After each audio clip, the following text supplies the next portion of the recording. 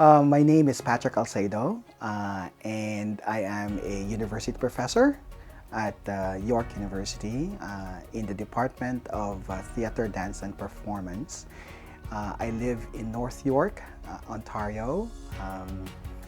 I moved to Canada in 2008, and I was 33 years old at that time. I actually moved here by myself. I did not have any family. I just by myself because of the job I got. But of course, through the years, I was able to build. Filipinos, we're so good at finding extended families. I'm an Aklanon, so I immediately found home among my fellow Aklanons. And of course, my friends from that part of the country, and also I'm from the University of the Philippines, so I was able to connect with my fellow UPians. So I was able to find home, although not biologically, but home nonetheless. Oh, moving to Canada was very interesting. It was very, very interesting. Because even though before Canada I was in California, but I was in Southern California, and there's no snow in Southern California. And I moved here in January of 2008, in the middle of a winter storm. And that was really quite incredible. And I said, oh my goodness, this is my new home now. And I didn't know how to navigate snow. I didn't know how to what to do. So that was really, really overwhelming for me. The physical environment was too much. But I said, you know what, I'm gonna give this a shot. When I interviewed for the job, I knew right away that I wanted to become part of the university. I wanted to be part of York because I've always been an academic. So I said, snow is nothing. I got my dream job, and this snow is not forever, and I'm just gonna learn how to like it. And now I am actually looking forward to snow and to the winter.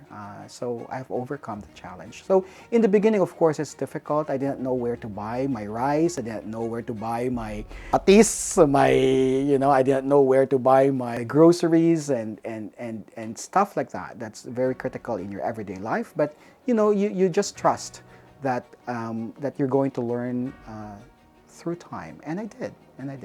Anywhere you go, you will always face some kind of discrimination. You will always have to prove yourself. Even in the Philippines, I'm not from Manila, so I came from the province. And even if you're from the province, and then some people look at you as, not as cool or as sophisticated as people from Manila. So there's that discrimination. I'm not also, although my family is middle class, we're also not from the elite, right? So there's also the class discriminations. Good thing about me is that I don't pay so much attention to that, to those kinds of things, because I know who I am and I know my purpose. When I came here, I knew that I was going to experience some kind of discrimination. I think I'm the first ever Filipino professor at York University, and I had the respect of my peers right away, my colleagues right away. But I think I still had to prove myself, right? You still have, at the end of the day, even though they embrace you and all of that, you know that you still have to prove yourself, and I did. And what I've learned through the years is that you don't only prove yourself once, but you always have to prove yourself many times over. At the end of the day, this is my second home. This is not my home country. So I just want to make this my home. And I think making this my home is to kind of like say to everybody that I belong here, right? And that I can contribute. As a university professor, and I'm a dance professor, I'm a dance anthropologist, dance researcher, I made the conscious decision that my research is going to hopefully help our Filipino brothers and sisters. And I really believe that dance is not only for entertainment, but dance is to create positive change. And so when I'm here, I help dance groups with a repertoire for them to get grants.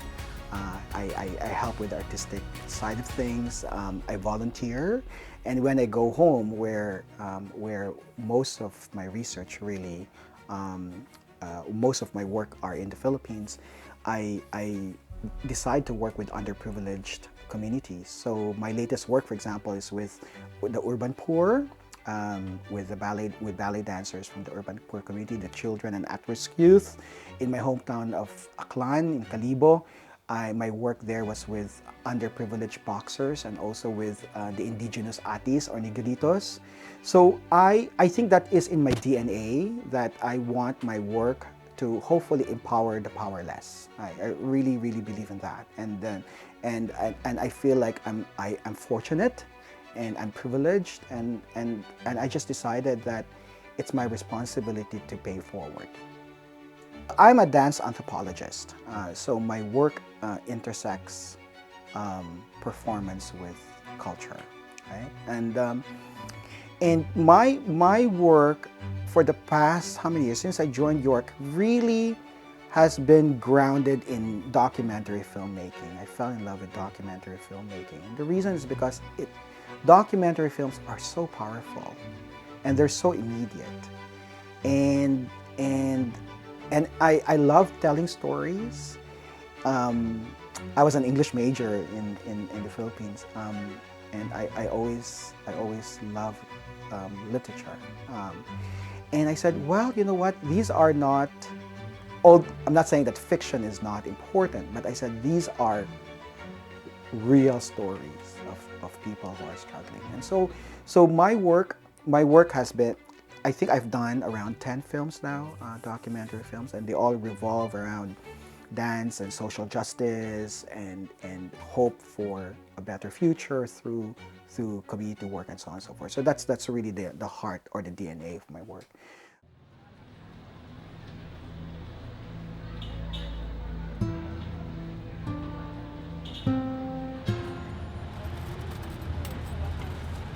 Well, lumaki ako dito. Lumaki ako sa environment na to.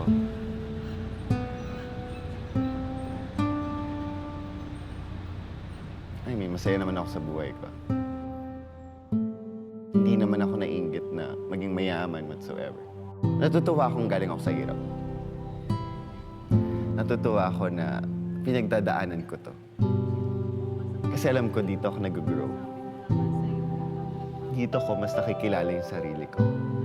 Dito ko mas nakikilala ang mundo na ginagalawan ko. Lahat ng pwede ko ibigay sa iyo, ibibigay ko yan. Hindi ko ipagdadamot yan. Paghirapan natin together. You know, mahirapan ka, mahirapan ako para iparating yun. Pero sabay natin gawin. Tingnan natin kung ano mangyayari. Kung tatanungin now, why ballet? Honestly, ito lang kasi yung, for now, ito pa lang yung alam ko.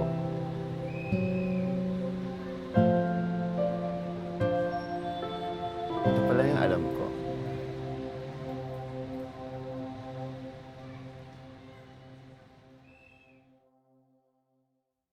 So I feel like it's time for me to go back to writing, not to totally abandon filmmaking. This time I'm gonna focus on writing more and collate, I think, some of the works that I've produced, written works, and then produce more works. And I'm excited about my to have this single authored book. So that's my goal. But also the whole point of this book is the same. You know, I want to is also to show how to, you know, what are the ways in which we could empower one another through dance. I think here in Canada, especially with the second generation or maybe even with the third generation now, I hope that they will take pride in who they are, in who they are as Filipinos, while also being Canadians, right? I mean, and I think it's very important to be rooted in your identity and find strength in that and find joy. But at the same time, also be curious of the culture of your parents or maybe of your grandparents. I think it's important to do that, because I think when you have that kind of curiosity or even the passion to learn about your roots, I think that you empower yourself. And then I think you are able to better navigate your life here in Canada, because then you're not lost. You are anchored, right, in something. And I think we are fortunate. We are fortunate that we have, at least in my own experience, we have a very strong Filipino community here, and I have experienced so much support and so much rooting for. We root for each other. We are so good at extending our homes to everybody, and I think that's the beauty of it. And of course, because I'm in dance, I'm in love with our cultural dances, expressive cultures, and I think we can learn so much from our expressive cultures such as dance and music, because that is how we express who we are, our rich complexities as Filipinos. My message to those who want to come here is that, you know, if you think really that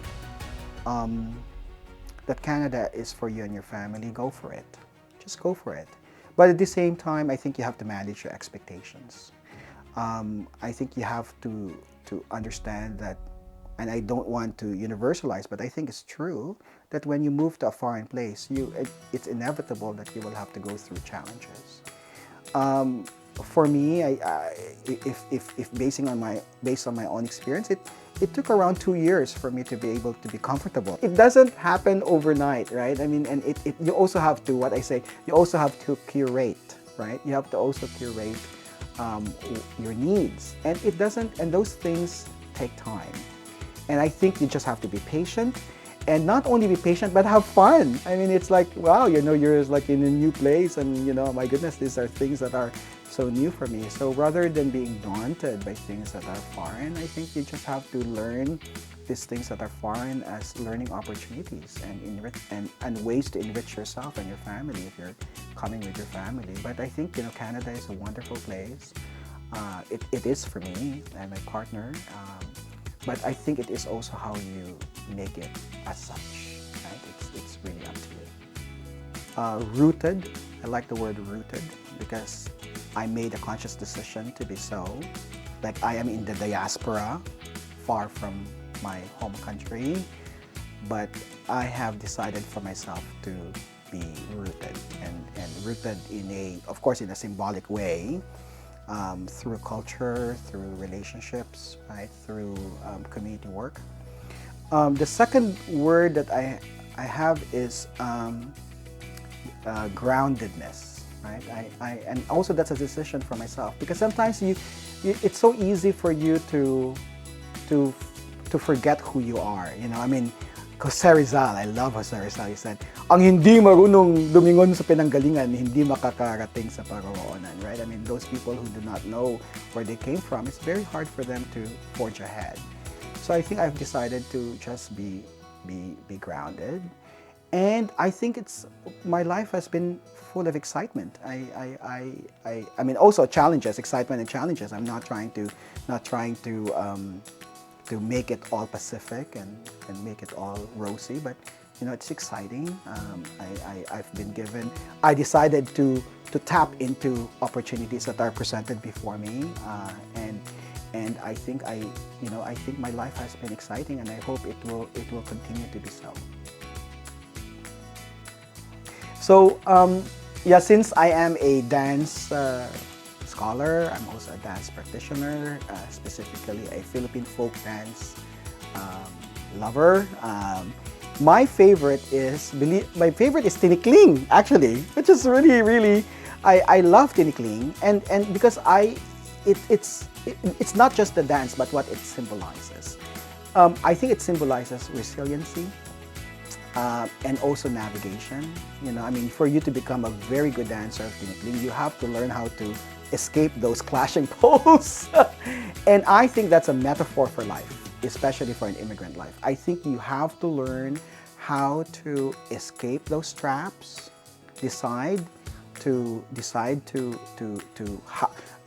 equip yourself how to escape, right? And how to avoid, but at the same time have a smile on your face, right? Because you're learning how to escape, right, or how to navigate those traps actually strengthens you. And I think if you look even deeper in yourself, within yourself, you can actually have joy and pride that you're able to do that. So that has always been a symbol for me. And you don't, if you, a very good tinikling dancer is a very musical dancer, and the dancer makes those bamboos disappear. They're no longer a hurdle to overcome, but rather they actually enhance your dance.